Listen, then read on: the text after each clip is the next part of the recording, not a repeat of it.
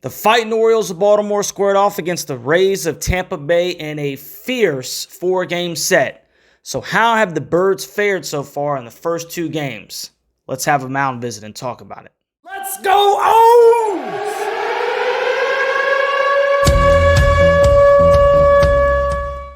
What's going on, Birdland? It's your boy Bops, and I'd like to welcome you to the Baltimore Bops YouTube channel where we discuss all things Baltimore Orioles. If you like the O's or you're just a baseball fan in general, please do me a favor. Like, share, subscribe to this content, and help me get to 50 subscribers because YouTube says I need 50 in order to go live, and I just want to watch some baseball with you guys so we can chop it up in the comment section, chop it up, going live, watching the Birds with all my Orioles fans across the nation. So, without further ado, the Fighting Birds of Baltimore, they sent their troops into Tropicana Field for a highly anticipated series, and boy, did it start off with a stinking bang. The O's and Rays were statistically tied for first in the vaunted AL East, with the O's having the slight advantage in win percentage when Kyle Gibson gave the O's a quality start by going 6 innings and only giving up 3 earned runs on 7 hits, 2 walks, and he had 8 Ks. Now, Tyler Glasnow came out throwing missiles as he struck out the side in the top half of the first. Gunnar, Adley, Anthony, and it kind of had that feeling that it might be a long day at the plate for the Birds. But Kyle Gibson held the line as he works through a single and gets a Rosarina to ground into a double play to end the first. So we're unscathed through 1. Well, the Birds go 1-2-3 in the top half of the second as well. And Gibby, unfortunately, hits the leadoff hitter in the bottom half. He's able to get 2 outs before giving up back-to-back singles to score low and give the Rays the early 1-0 lead. So Baltimore Orioles are down 1-0 at the end of 2. Not the end of the world, but obviously you don't like to start off behind. So, top half of the third, Baltimore Orioles go 1-2-3 in the top half of the third again, and Gibby's able to work around a walk for a scoreless frame. So, kind of settling in after 3, it's 1-0 Tampa Bay. Baltimore is obviously still in this ball game. And here's where it gets exciting, and this is why I stinking love this guy. With the Birds being listless at the plate through the first 3, the lineup card gets turned over. My man Gunnar Henderson steps to the plate, and he rips a fastball to the left-hand side that was an easy 2-bagger. I mean, you know off the jump that he's getting 2 out of this thing. Well, Randy Rosarina decides to nonchalantly get over there. I guess he got over there fairly quickly. But once he corralled the ball, he kind of threw a Hail Mary back into the cutoff man. And my man Gunnar said, you gonna do that? Huh?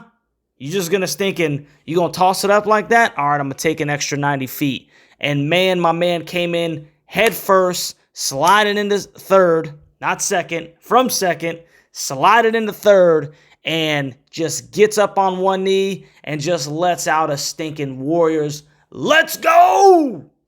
Man, stinking pumped me up. I love the way that guy stinking plays. He plays 150 miles per hour. It's just every stinking play, he gives it his all, man. I love it. Man, Gunnar Henderson is starting to become my stinking dude. So, that kind of hustle right there in front of your stinking dugout, man, that changed the whole ball game. And it's contagious. And what happens next?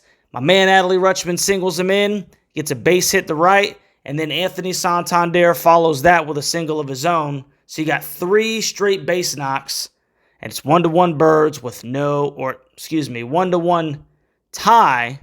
It's all knotted up at 1 with nobody out.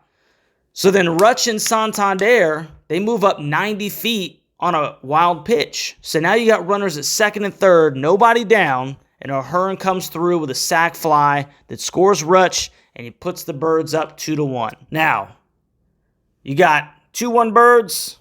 Okay, you got Santander on third. My man Austin Hayes has had kind of a rough series so far. He fans. But Aaron Hicks comes through and he singles to left, scoring Santander, who was gunned down at the plate. I mean, my man was out by a stinking country mile. But Mejia was unable to secure the baseball, and it popped out of his glove when he tried to apply the tag on my man Anthony's chest. So the Birds get lucky, and they take a 3-1 lead. So then Gibson works around a one-out single to close the frame with Mejia, grounding out to first. Birds are up 3-1. So there's nothing of note in the top or bottom half of the 5th and 6th innings to include the top half of the 7th. Okay, no action whatsoever. Just kind of a pitcher's duel through there. Now the 7th inning stretch time, Tampa Bay picks it up. Gibby allows a leadoff wall single to left before Bethancourt reaches on a bunt single to third. And Brandon Hyde has a decision to make. What does he do? He brings in the all-star Yennier Cano to get the Birds out of the jam. It didn't work. Yandy Diaz doubled to center field as Cano threw 3 straight pitches right down the heart of the plate, and it scored 2 runs, and it knotted the game up at stinking 3. And you're like, here we go. Here we go. But fortunately, Cano was able to get the O's out of the inning, but not before the damage was done and not before Gibbs was no longer in line for the W. Gibbs, he pitched great, and Cano couldn't hold the line for him. So Birds go scoreless in the top half of the 8th before the drama starts to thicken. Cano does his job by striking out Randy Arozarena for the first out of the inning before being replaced by Brian Baker. And what does Baker do? He walks his first batter before giving up a single to Siri to put runners on first and second with 1 out. Now, Baker is able to K Lau and is 1 out from getting out of a jam when Ramirez hits a ground ball that looks like it's going to creep between the 3 and the 4 hole. And my man Ramon Urias comes out of nowhere with this stinking Superman cape and corrals the baseball before firing to first and getting the Birds out of the inning. It was, Gunnar was the offensive player in the game. That stinking stop by Ramon Urias was the stinking defensive player of the game. And the Gold Glover came stinking through, and he held the line and gave the Birds an opportunity to stinking win this one. It was huge. And, for all the young kids out there, man, it's important for you to understand that even if you're not having a good day at the plate, I think at that point, Ramon was 0 for 3. You can still impact the baseball game by being clutch on the defensive side of the ball. And he was an impactor. Huge stinking play. So the Birds and Rays then go 1, 2, 3 in the respective halves of the 9th. Interesting aspect is that Felix only took 9 pitches to get through his half. So extra inning drama for the first place spot in the AL East. And would you expect anything different, man? These guys are going to slug it out to the stinking end. And we go into extras in what amounted as like a playoff game. So now Adam Frazier pins hit for Ramon Urias and delivers a sacrifice to the pitcher that gets the ghost runner Aaron Hicks to third. Tailor-made, man, that's exactly how you draw it up. With that ghost runner at second, you got to get him over to third. That way a sac fly, anything real deep, it gives you a shot of scoring that run. And when you go up 1 run, that's big. So then comes Colton Cowser, he struggled a little bit behind the plate. I mean, he's still getting his walks and everything, but that batting average is fairly low. He comes through in the clutch, man, and delivers a sac fly to left, which allows Hicks to score the go-ahead run. Now, Mountie struck out swinging after hitting for Jorge Mateo, which was a real interesting substitution by Brandon Hyde because you think the Birds are at 4-3. Mateo is probably your best. You could make an argument for Gunnar, obviously, but maybe Mateo stays in at short, Gunnar at third, and no, they had Mountie pinch hit for him, and he ended up striking out. So the Birds take a 1-run lead into the bottom half of the front. Now, because King Felix only used 9 pitches to get through the 9th, he was able to be used to pitch the 10th and go for the W. Now, it didn't start off how you wanted it. Felix decided, I think I'm going to peg somebody. Now, he obviously probably didn't do that. It was an accident. You don't just put people on to put them on. But now you got runners at first and second with nobody out. So what does he do? He settles in and he strikes out Randy Arozarena. Strikes him out, 1 down, runners on first and second. And then my man gets loud to ground into a double play, second to short to first to end the ball game and put the Orioles officially up 1 game in the American League East. Big time. What a stinking ball game. And it was great to see those young Orioles actually stinking make that happen, man, in a playoff type setting. And you know what? Hey, shout out to the Baltimore Orioles fans. There was tons of O's fans, lots of orange in the stands. Hey, beautiful to see, man. I love to see them travel and support the Birds. So, like I said, big plays. Gunnar Henderson stretching that double into a triple. And then Ramon with the glove, keeping that ball in front of him and preserving that 3-3 tie so that the Birds would have a chance to win the game in the end. So in that game 1, man, it seemed like there was a ton of growth. Seemed like there was a lot of maturing. You're really feeling good about the way the Orioles played. Now, I guess the question is how do they respond from that high? And when we go over to game 2, you know, Baltimore's coming in. They're riding high. They're a game up in the AL East. Everybody's talking about the Birds. And game 2 was truly a different ball game. Now, Kyle Bradish had another quality start by going 6 innings and giving up only 2 earned runs, 6 hits, 5 Ks, and a walk.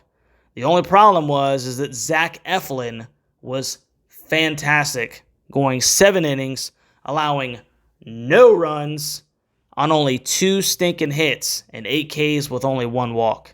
And Colin Posh, he came in and faced 3 batters with 3 stinking Ks.